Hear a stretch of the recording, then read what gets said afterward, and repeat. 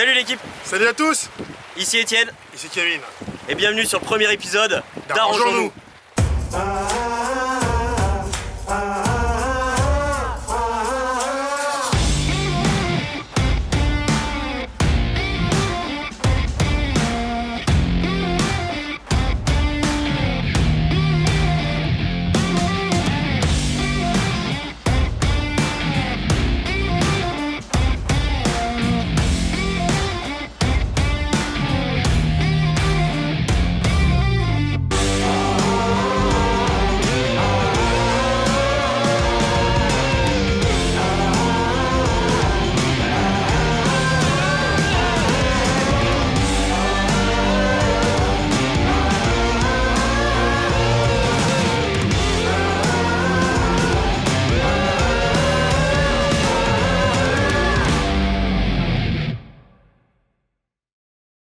Salut l'équipe. Salut les champions du monde. Pour ce premier épisode d'Arrangeons-nous, on va vous faire découvrir la Normandie. La Normandie, c'est tout d'abord une région côtière longue de plus de 600 km. Un paysage à couper le souffle, les falaises d'Étretat, le Mont Saint-Michel, bref, plus d'une dizaine de sites classés au patrimoine mondial de l'UNESCO. C'est également une région riche en histoire, théâtre du débarquement allié de 1944. Il fallait le travailler son téléphone portable à l'époque. Enfin, c'est surtout une région connue et reconnue pour sa Boostify. Et l'agnole. Justement, puisqu'on en parle, on commence par rendre visite à Grégoire qui nous accueille à la ferme de la Sapinière. Située juste à côté des plages, du débarquement et du cimetière américain, nous allons découvrir l'archétype de la ferme cidricole normande.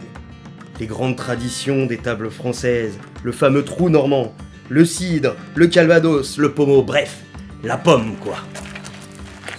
La ferme de la Sapinière, C'est parti. let's go. À toi, Kevin. Je te remercie. Bonjour. Bonjour. Bonjour Grégoire. La Sapinière, c'est l'histoire de deux frères, Michel et Philippe, agriculteurs depuis 7 générations, qui décident en 1991 d'arrêter de vendre leur pomme telle qu'elle et de la transformer en cidre. La première année, c'est 1000 bouteilles de vendues, pour en arriver à aujourd'hui 70 000 bouteilles écoulées chaque année. La pomme à cidre, c'est très différent de la pomme à couteau. Oui. La pomme à cidre, elle se cueille pas, elle se ramasse au sol. Autrefois à la main. Et aujourd'hui, à la machine, on va dire que ça ressemble à une balayeuse ou une ramasseuse de balles de golf. À l'époque, un employé ramassait environ 1 tonne de pommes par jour à la main. T'imagines le mal de dos? Ah de ouf, la flemme. Heureusement, il y a la technologie maintenant. 20 tonnes par jour, 250 tonnes à l'année. Et toujours sous la supervision d'une seule personne. En 2018, la ferme de la Sapinière a embouteillé 100 000 bouteilles de cidre, calvados, de pommeau et autres jus. Alors, en 92, vous décidez de vous diversifier Voilà. en distillant le premier calvados. Voilà, la chance qu'on avait nous aussi, c'est d'avoir des vergers classés en AOC, ce qui n'est pas le cas de toute la Normandie. Voilà, il y a l'idée de l'histoire, il y a l'idée du patrimoine, puis après il y a toujours l'idée de la transmission. On reçoit les pommiers hautes tiges de ses parents et on les transmet à ses enfants. Là, on est sur du pommeau. C'est la première fois que tous les deux, Ouais. on boit du découvre pommeau. Du pommeau de Normandie. Voilà. J'ai jamais goûté le pommeau avant. Moi non Je plus. connaissais deux noms seulement, mais C'est ça. jamais bu de pommeau. Voilà. Donc après, on est sur du 17,5 en termes d'alcool. Pour rappel, le pommeau, c'est un mélange de jus de pomme et de calva, un tiers, deux tiers. Voilà, donc est-ce que vous aimez quand c'est boisé ou quand c'est frais? Donc on va partir sur un jeu. Ça glisse. Ça glisse, c'est super liquoreux. Ce sera pas On dirait un petit. C'est bah, vraiment ça un peut- apéro quoi. Ouais, C'est ça un, peut c'est super un bien. apéro quoi. Ouais, ça peut super bien. Ça Bon fait apéro. 40 On dirait. Ça me fait penser au Porto dans l'esprit. Liquoreux, tu vois ce que je veux dire? ça peut être mais... Un peu vin cuit, tu vois ce que je veux Ouais, dire? attention au Porto, mais à la pomme. Mais à la Ah, quel pété ce pommeau. Mais, au fait Grégoire, c'est quoi la fermentation du cidre? Ici, c'est la fermentation naturelle qu'on pratique, c'est-à-dire qu'on laisse la fermentation démarrer toute seule en cuve D'accord. et elle se poursuit dans la bouteille. La fermentation naturelle est un processus chimique qui permet de transformer du sucre en alcool grâce à des micro-organismes que l'on appelle des levures. Ces levures, privées d'oxygène, utilisent le sucre présent afin de survivre. Et c'est cette réaction-là qui crée de l'alcool. Dans le cas du cidre, Grégoire nous indique un processus de double fermentation. Une première fermentation se passe en cuve, 4 mois pour le demi-sec, qui est plus sucré, et 6 mois pour le brut. À cela s'ajoute une seconde fermentation de 4 mois en bouteille, afin de faire apparaître les bulles et la mousse. Ça veut dire que tes sites, tu les millésimes ou pas? Alors nous, on s'est mis à les millésimer là depuis 2-3 ans. Ok. Aussi parce qu'on a une clientèle fidèle et au bout du compte, elle ne sait plus dans sa cave si c'est un 2014, un 2015. Et comme c'est une garde, on va dire de 3-4 ans maximum, alors c'est bien de savoir. Là, on est sur un demi-sec. Demi-sec, on va voir ce que ça vaut. Un peu vieillissant, encore, oui. De 2014. 2014. En termes d'odeur, pour moi, ça a l'air d'être un cidre plutôt classique en termes d'odeur, en tout cas. C'est un demi-sec. Attends, on va le goûter, on va voir ce que ça donne.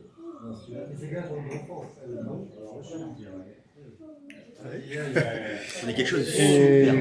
Oui, et très très doux. Les bulles sont très fines. Ouais.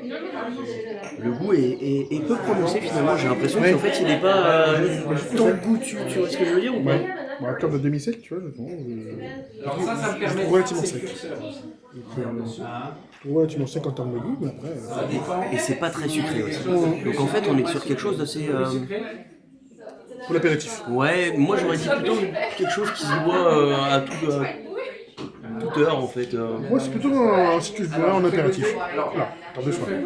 vous voulez plus sucré ou moins sucré? C'est pas un cidre doux parce que, étant donné qu'on est en fermentation naturelle, on ne peut pas faire de cidre doux à la sapinière parce qu'un cidre doux dans la réglementation française, c'est un cidre qui fait 3 degrés d'alcool maximum. Ah, Et nous, on ne peut pas dire aux levures, attention à 3, il faut s'arrêter. Donc, C'est quoi, c'est 3,5, 4 ça peut être 4, voilà. c'est plutôt le 4. naturel, oui, j'imagine. Donc nous, c'est un cidre à 4% d'alcool plus sucré. Donc on va le qualifier de gourmand. Maintenant, on est sur le cidre Louise Gauthier, qui est la grand-mère des frères de Galois. Donc, qui est a priori un cidre qu'on déguste en dessert, qui est très sucré. En termes d'odeur, oui, c'est vrai que on est un peu plus. Non. Oui, pardon. Pas si prononcé que ça. Maintenant, en termes de goût, on va voir si ça donne aussi. Ah ouais. Là on se rapproche du jus de pomme quand même. Ah, du jus de pomme pétillant. Un jus de pomme pétillant, voilà. Je crois que je veux bien le lâcher. En dessert, moi, je suis gâteau. C'est son côté Britney Spears. J'aime tout ce qui est sucré, donc la pop sucrée. Tout est secret chez lui, vous avez entendu les filles?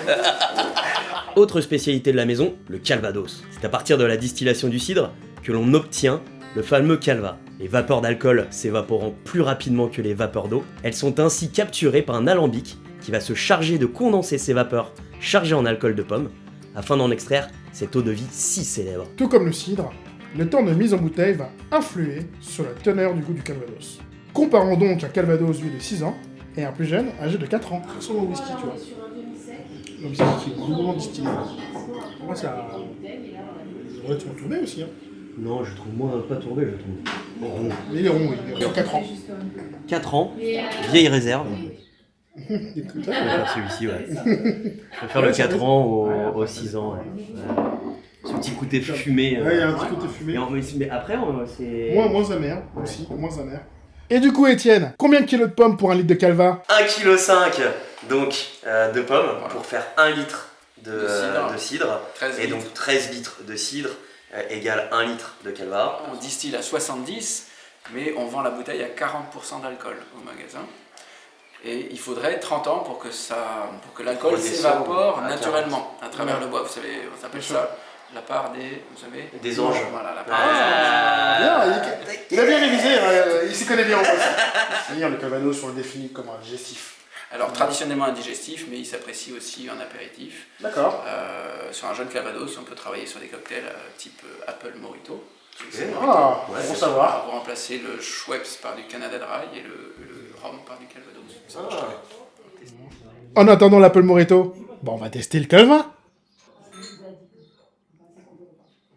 Très bon.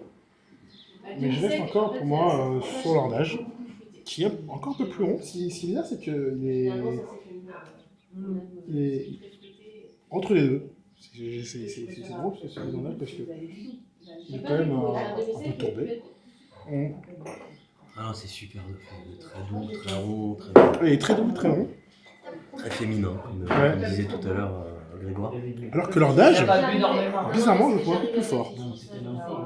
J'ai l'impression que Oui, l'ordage est plus fort. Ouais. plus costaud. Ouais, il est bien costaud, moi j'aime bien quand c'est costaud.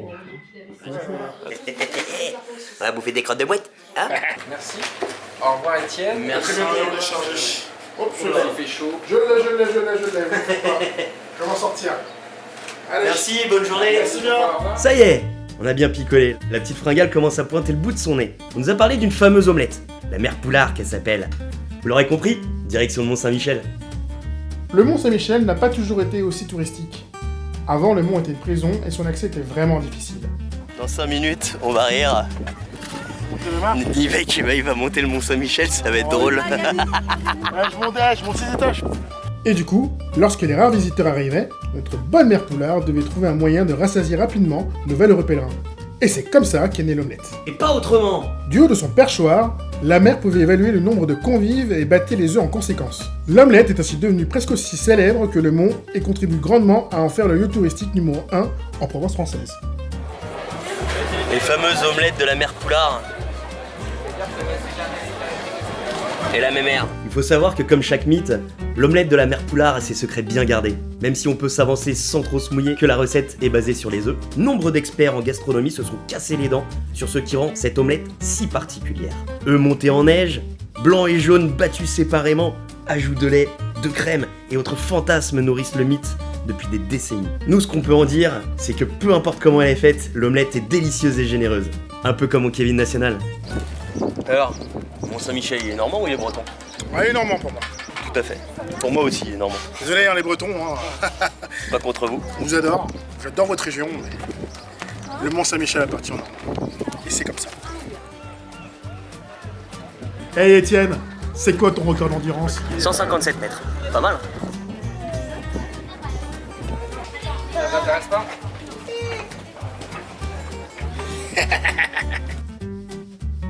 Le Mont-Saint-Michel n'a pas toujours été une île. Ce n'est qu'en moins 8000 que l'îlot se détache du continent suite à un tremblement de terre suivi d'un raz-de-marée. Vous imaginez le truc?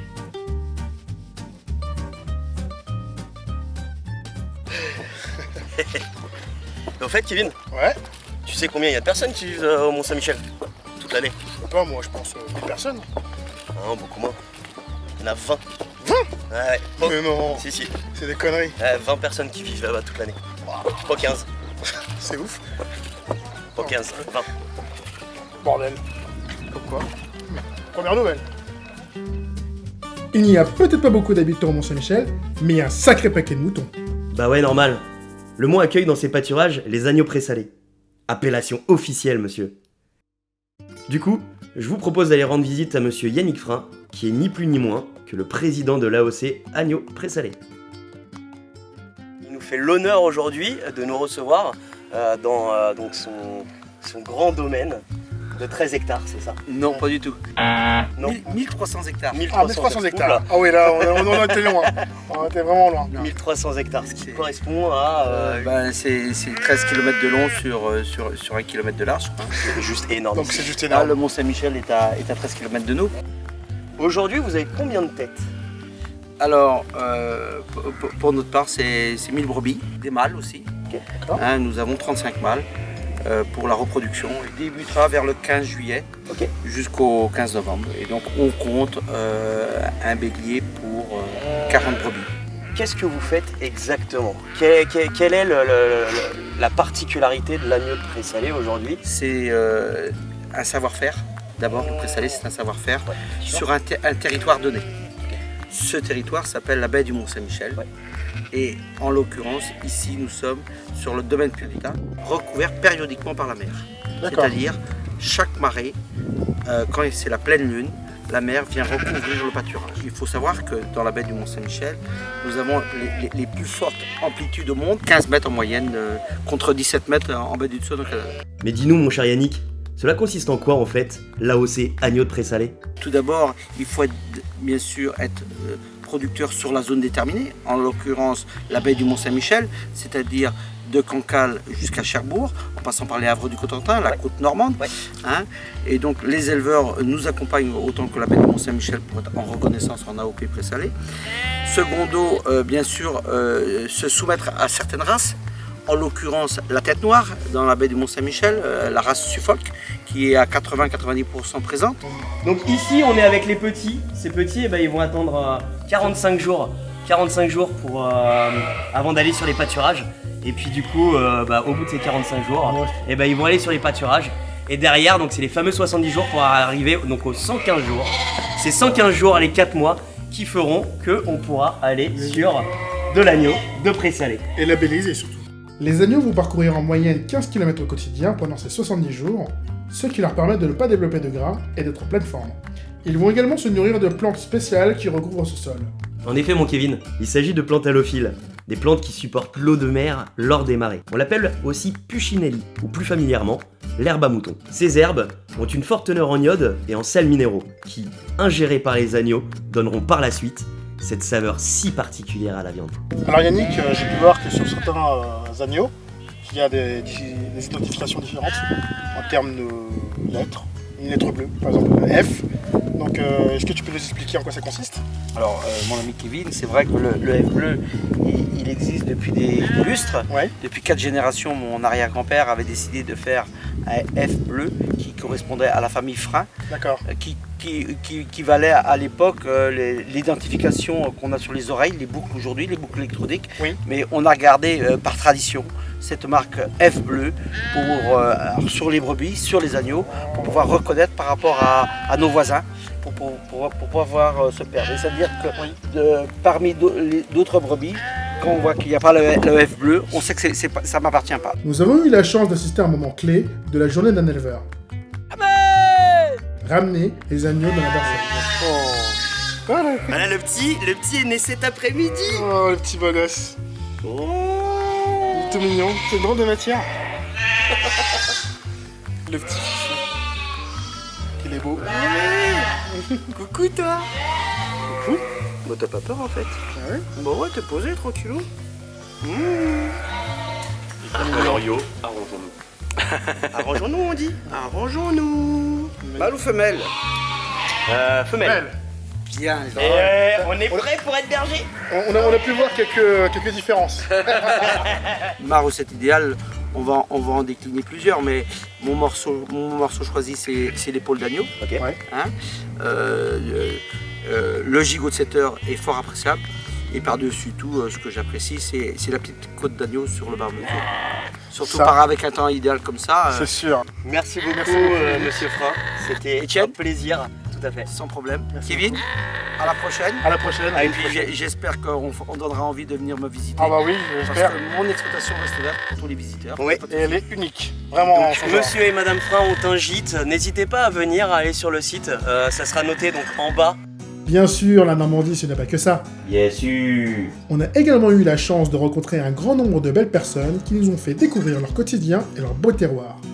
Les Aldisini, bien connus de tous, avec notamment la fabrication des fameux caramels Disini, tout comme sa fromagerie et sa crèmerie. Et inutile de vous dire que ça vole des tours.